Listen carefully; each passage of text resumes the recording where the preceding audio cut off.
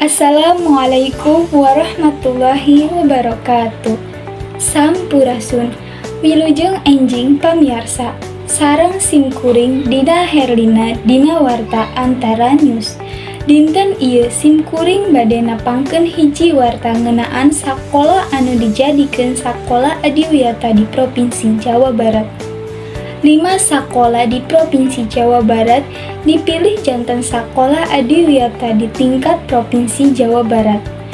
5 sakola kasebat nyaeta SMAN hiji Lembang, SMPN 2 Padalarang, SMPN 2 Ngamprah, sareng SD Damian School Kota Baru Parahyangan Padalarang.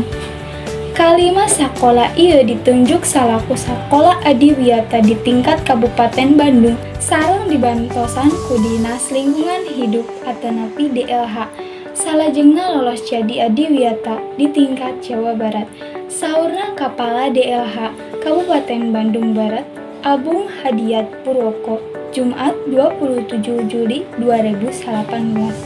Apung oge nerangkeun pangajen ieu dipasihkeun ku sakola adiwiyata ku pamarentah Provinsi Jawa Barat ngeunaan peringatan Dinten Lingkungan Sadunia di Provinsi Jawa Barat dina tahun 2018. Numutkeun Anjeunna dipasihan panghargaan lantaran tos meunang nilai sareng persentase kanggo diatur salaku sakola adiwiyata di Provinsi Jawa Barat. Ajeuna ngungkapkeun program adiwiyata mangrupakeun program salah sahiji Departemen Lingkungan supados tiasa nyiptakeun panganyaho sareng kasadaran siswa dina usaha konservasi lingkungan. Ngaliwatan program ieu dipiharep yen unggal anggota bakal ngiringan kagiatan sakola nuju lingkungan anu sehat sareng nyingkahan tina pangaruh lingkungan negatif.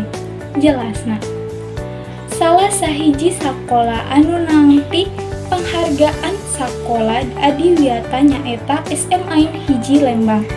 Lantaran pantes meunang gelar sakola adiwiyata sebab anu ngaduhan maskot lebah. Salah sahiji visina nyaeta ramah lingkungan. Sakola ieu tos aya ti taun 1883 nu mangrupakeun salah sahiji sakola anu pangkolotna di Kabupaten Bandung Kulon. Nyaeta SMAN hiji Cililin sareng SMAN hiji Padalarang.